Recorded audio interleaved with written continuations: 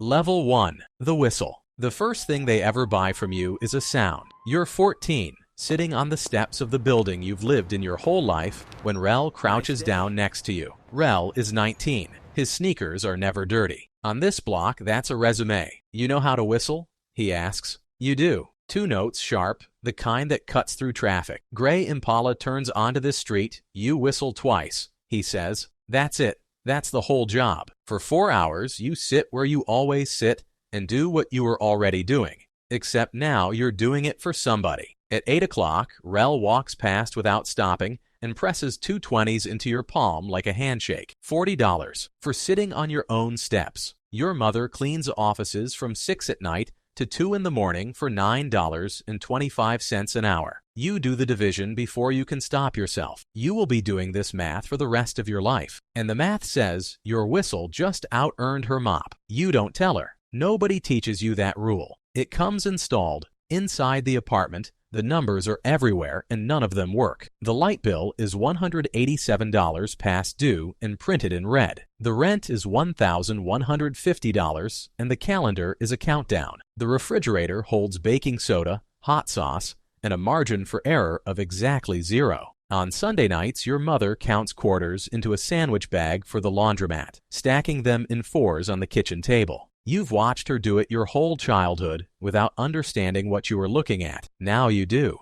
You're looking at a woman doing everything right inside a math problem with no right answer. The second week, Rel asks if you can keep a plastic bag in your backpack for 20 minutes. You don't ask what's in it. He notices that you don't ask. Out here, curiosity has a price, and silence pays a wage. $60 this time. You buy groceries with it. Real ones. Receipt as long as your arm. When your mother asks, you tell her you've been bagging at the store on Lexington after school, and she's too tired to check. And the lie slides in so smoothly, it frightens you. You tell yourself the lie is a gift to her. It doesn't feel like a gift. It feels like the first payment on something with the price tag torn off. By the end of the month, you know the block the way a pilot knows a cockpit. Which cars belong?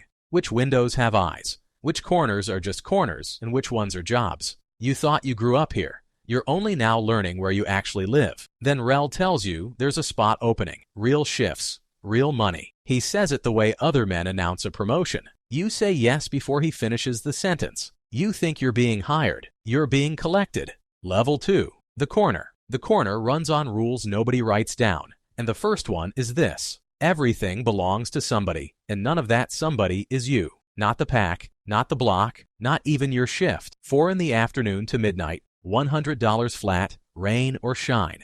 And the rain matters because customers don't melt, but lookouts do. You're a runner now. You move short distances and small amounts because you're 15 and skinny, and the law goes lighter on both. And somewhere above you, a man you have never met has already priced that into his business model. You learn the choreography fast. Money and work never ride in the same pocket, never the same hands, never the same minute. The count is sacred. Every dollar accounted for at the end of every night. And the arithmetic is not a suggestion. Short once, it's a conversation. Short twice, it's a different kind of conversation. You learn the block's other clock too. The same sedan passing twice in 10 minutes means the corner takes a lunch break. A jogger with clean shoes and a dead phone means the same. You develop an animal's ear for engines. There's an old man out here named Otis, 51 years old, 30 of them spent on this strip in one role or another. And he rents a room by the week above the fish spot. Everybody is nice to Otis. Nobody wants to be Otis.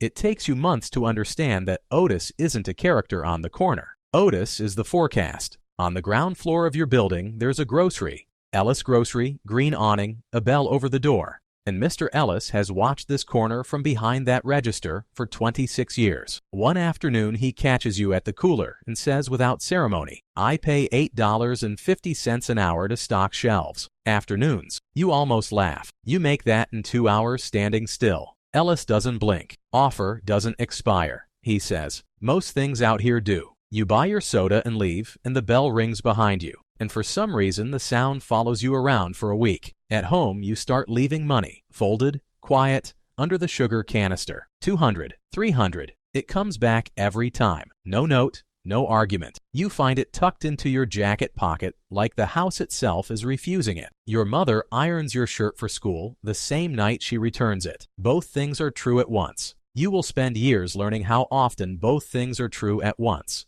Your best friend since the 3rd grade works the shift across the street, Deshaun. He keeps a folded picture of a barber's chair in his sock, an actual chair, torn from a supply catalog, because that's the plan, he says. 5 years, a license, a shop with his name on the glass. Out here, everyone carries a picture of something. It's how you all pretend this is a hallway and not a room. 16 months in, Rel pulls you aside and uses a word you've never once heard in a classroom. Consignment. He says it like a gift. It is the most expensive word you will ever learn. Level 3. The front. Here is how the gift works. They hand you a package with a street value of $1,200, and you hand back $800 by Sunday. Whatever's left after that is yours. Move it all, clear $400 a week. At 16, that's a fortune. That's the brochure. Here's the fine print, which nobody prints.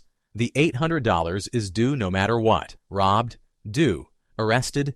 Due. Slow week, 3 days of police parked on the corner like lawn furniture? Due. The risk rolls downhill and stops in your pocket. You have just been made the only person in the entire supply chain with a guaranteed loss and an optional profit. Out here, credit isn't a favor. It's a collar. You watch what it does to a kid everybody calls Peanut, who comes up $300 short in October. Nobody touches him. Nobody has to. They just move the decimal. His $300 becomes $600. The balance rides on his next 4 packs. And by Christmas, Peanut isn't working the corner anymore. The corner is working him. He has the eyes of a man paying a debt that eats faster than he earns. You have seen those eyes before, on grown men at your own kitchen table, holding envelopes from the electric company. Same collar, different leash. So you get disciplined the way only scared people get disciplined. You never dip into your own supply. You count 3 times, and you pay early, Saturday night instead of Sunday, because you figured out the only credit score this economy keeps. Does he pay, and does he pay on time? You pay early every week and word moves, and the word turns out to be worth more than the money. By 17, you're clearing $700, $800 a week. You buy a gray Honda with 130,000 miles on it for $3,500 cash, and it goes in your cousin's name because your name can't hold anything. Half of what you own lives under other people's names. The car, the phone plan, even the PlayStation, technically. This is your first real lesson in wealth, though the vocabulary won't arrive for a decade. There is a difference between having money and owning things. You have money. You own nothing. The arrangement is built that way on purpose. Your mother finds a rubber-banded roll in your jacket on laundry day. She doesn't scream. She sets it on the kitchen table between you like evidence and asks one question. Whose is it? You say it's from the store on Lexington. She looks at you for a long time. Then it should be easy to give back, she says, and walks out of her own kitchen, and the roll sits there all night, and you learn that money can make a room colder. She never takes $1. Not once, not ever, not through anything that's coming. In the spring, Rel moves up. He stops standing on things and starts holding things. A phone, a ledger that lives entirely in his head, a corner's worth of futures. And when a man moves up out here, he doesn't leave behind a vacancy. He leaves behind a weight. He hands it to you. Level 4. The count. 19 years old. And your workday ends the same way every single night. Alone, blinds down, counting. You run a line now. 3 younger guys, 1 phone, a rhythm. The phone rings about 40 times a day, and every ring is worth money. And by Sunday, the week grosses $6,000 and change. And after the re-up and the payroll, and the small constant bleed of doing business, about $2,300 of it stays with you. You can count $4,000 in worn bills in under 6 minutes. It is the only certification you hold. Here is what nobody tells you about the money. It doesn't work. Not the way money is supposed to. You have more of it than anyone you know,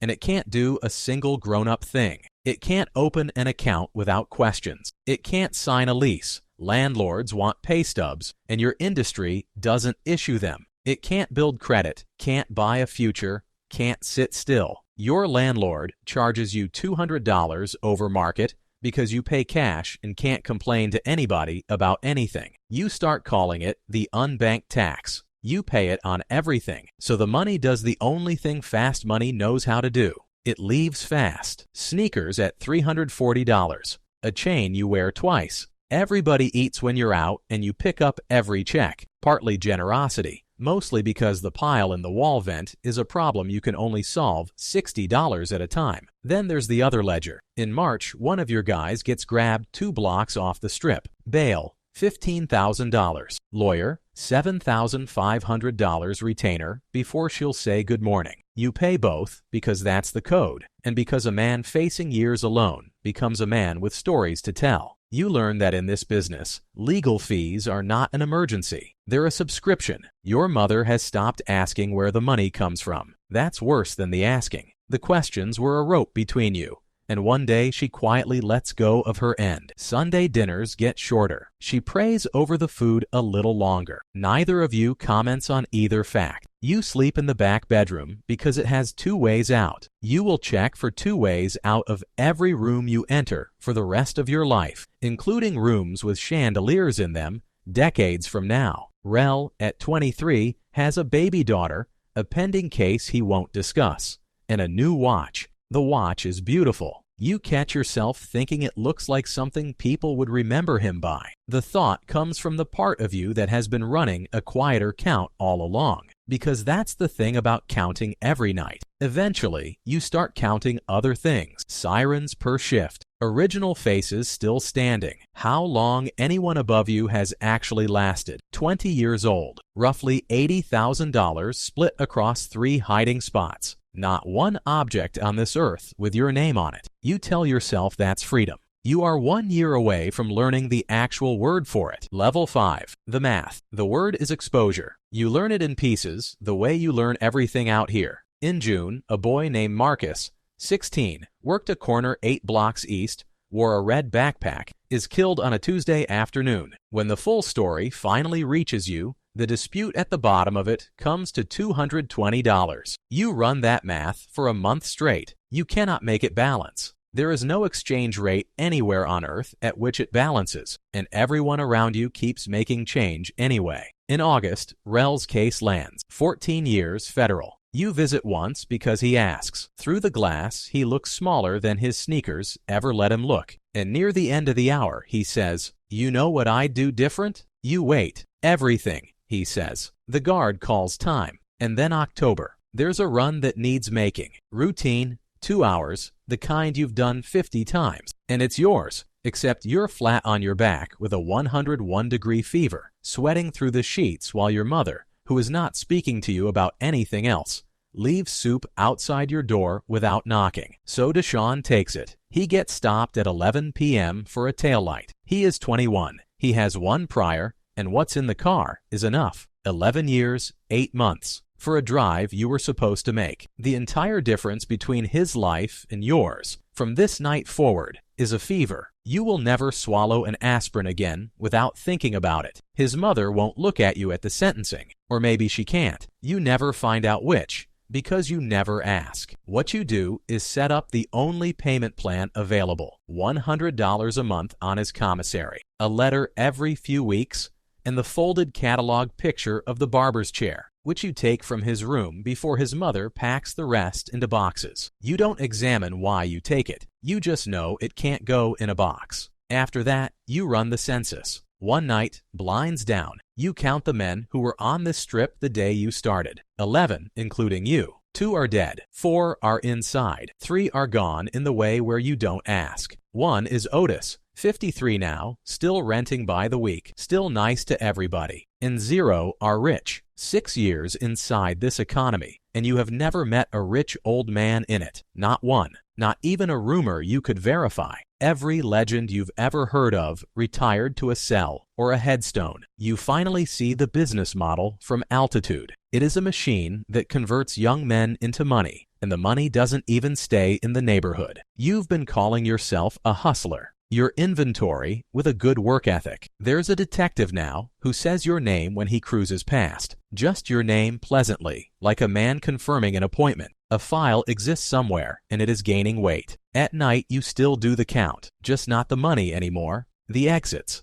Level 6. The buyout. You can't quit the street. Quitting implies it was ever a job. What you can do, maybe if you're early enough and boring enough about it, is settle your account. The man everyone answers to now holds court in the back of a tire shop on Vernon. They call him June. June is 50, wears reading glasses on a chain, and speaks so quietly you lean in, which you eventually understand is the point. You bring everything you owe, down to the last dollar, plus the phone. You lay it out plainly. The detective, the file, the fever math of Deshawn's sentence. You're hot, heat spreads, and a man in a cell earns nobody anything. June counts the money without hurrying. Then he looks at you over the glasses. You know why you get to walk? He says. Because you asked. Nobody asks. They get sloppy or they get greedy, and then it's not my decision anymore. He slides the phone into a drawer like a returned library book. You never owned the line. You were renting it, the same way you rented everything out here. Word gets around inside a week, because Word is the only thing this place manufactures locally. And 9 days into your retirement, somebody kicks in your apartment door while you're out and finds the vent. One of your 3 spots, the biggest one, $22,000, gone in an afternoon. The street charges an exit fee. It just doesn't post the amount in advance. You know 2 of the 3 names within a month. You do nothing. Getting it back would cost more than the money. And that is the final piece of street arithmetic you will ever run. Some debts you eat. You eat this one standing in your kitchen,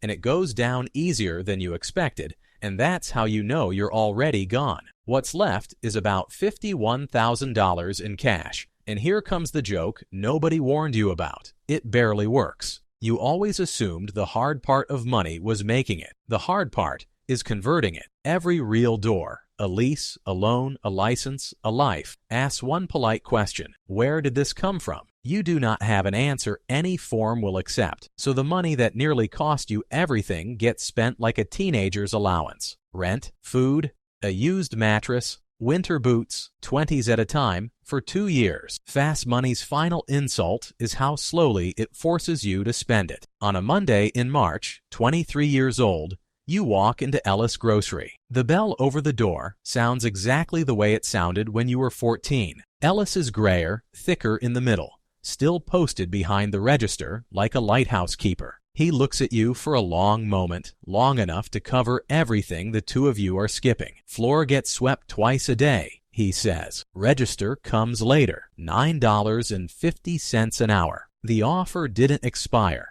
Your first shift pays $76 before taxes. You have held 40 times that in a single rubber band. It is the most important money of your life. Level 7. The register. The pay stub says $348.12 for the week, and you stare at it longer than you ever stared at 10 times as much, because this money exists. It has a paper trail. It has your name spelled correctly across the top. It can walk into a bank in broad daylight. So do you, 23 years old, opening your first checking account, palms sweating like it's a traffic stop. The teller is 19 and bored, and has no idea she is performing a baptism. You start at a credit score of nothing, which you note with a dry laugh on the sidewalk outside, is still better than where the other economy starts you, below 0 in another man's debt, wearing a collar called consignment. You get a secured card with a $300 limit, use it for gas, and pay it off every Saturday, early, because you already know exactly how reputation compounds, and it turns out both economies keep the same score. Does he pay? Does he pay on time? And here's what nobody expects, least of all you. You are good at this, frighteningly good. The corner, it turns out, was a business school with a body count. You can eyeball inventory. You can smell shrinkage. You catch the Tuesday stock kid's little rhythm in 9 days, because you invented that rhythm. Your drawer is never off, not by $1, not once. You read suppliers' faces the way you used to read sedans. Ellis teaches you the rest out of a composition notebook he's kept since 1994. Margins, spoilage, cash flow. Candy runs 45 points. Milk runs almost nothing, but milk brings the whole block through the door twice a week. The milk is the whistle, you think, and explain the joke to absolutely no one. The store does $9,400 a week in revenue. and keeps about $1,100 of it. You learn to feel that ratio in your hands. Year 1, you get keys. Year 2, the books. Year 4, Ellis's knees go, then a stent goes in, and his daughter down in Charlotte wants a father, not a grocery. He names his price at the register on a Wednesday, flat, like he's quoting you cold cuts. $150,000. You have $13,000, saved clean, out of paychecks, and you know the difference now. That 13 outweighs every duffel you ever hid. Ellis takes it as the down payment and holds the note himself. $1,350 a month, 9 years, his name on your paper. Halfway through signing, your pen stops, because you finally recognize the structure. Take now, pay later. Your name on the risk. It's a front, the exact same machine, except for what's being fronted, and except that the man holding your debt is sitting across the table actively hoping you win. That's the entire difference between the two economies you have lived in, and it took 27 years to see it. Credit can be a collar or a ladder, and it is the same word on both receipts. The first big thing you buy with clean money is a washer and dryer, delivered to your mother's apartment on a Saturday. She has spent 30 years counting quarters into a sandwich bag. You brace for the old ritual, the money finding its way quietly back to you. She runs one hand across the lid. "This one I'll keep," she says. Neither of you mentions the envelopes. Both of you are thinking about them. Level 8, the deed. In your 3rd year of owning the business, the landlord raises the store's rent 22%, and you sit with the ledger at 2 a.m. and start laughing alone because you finally see it. You have spent your entire life on corners, fighting over them, working them, fleeing them, and you have never once owned one. The building costs $335,000. The bank says yes. A bank says yes to you. The loan officer shakes your hand, and you think about a 19-year-old with 80 grand hidden in a wall who couldn't have opened a Christmas Club account. The bank didn't get kinder. Your paperwork got legible. You buy the building. Then, over 11 patient years, and patience, it turns out, is just discipline serving a longer sentence. The one next to it, then 2 more down the block. The tire shop on Vernon goes to auction after June, is taken in a federal sweep, and you buy that too. And you put a pharmacy in it, and you never tell a single tenant what used to get decided in the back room. 2 groceries, 4 buildings, 11 employees on payroll, real payroll, with taxes and dental, paid on time every time, because you carry a forensic memory of what short money feels like from underneath, on paper, and it is finally entirely, gloriously on paper, a little over $3 million.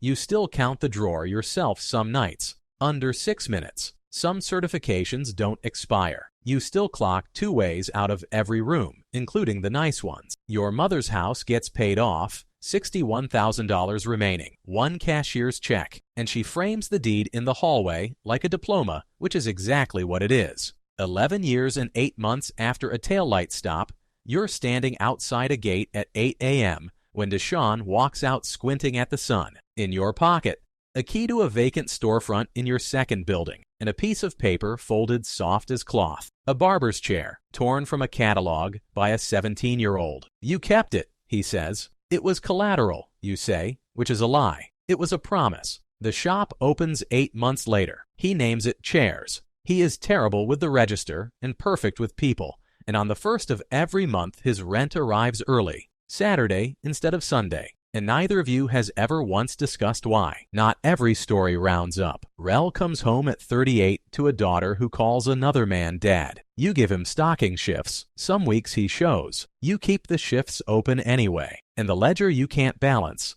Marcus's $220, a fever, 11 years and 8 months. You've stopped trying to balance. Some debts don't get paid back. They get paid sideways. 6 kids off that corner have worn your store's apron over the years. 2 stayed. 1 runs your 2nd location. The others went back, and you kept the applications by the register anyway. Then it's a Thursday in October, and through your front window, green awning, bell over the door, you see him, 14 maybe, sitting on the steps across the street, elbows on knees, doing quiet arithmetic in his head. You know the equation by heart. A light bill, a tired mother, a refrigerator with a margin of 0. A young man in clean sneakers crouches down next to him, says something short. The boy laughs, then listens, then nods. 220s. It is always 220s. You could cross the street. Some days, some kids, you do. An apron, a schedule, $12 an hour. A door that stays open. Today you stand at your register, in your building, on your corner, and you watch. Because you know exactly what $40 sounds like to a boy doing his mother's math. And you know that no speech on earth outbids it in the moment. Tonight he'll count it twice under the covers and feel, for the first time in his life, like the numbers finally work. He thinks he just got hired. He thinks the whistle is where the money starts. You know what it actually is. It's where the count starts. He doesn't know yet what it costs, but he will.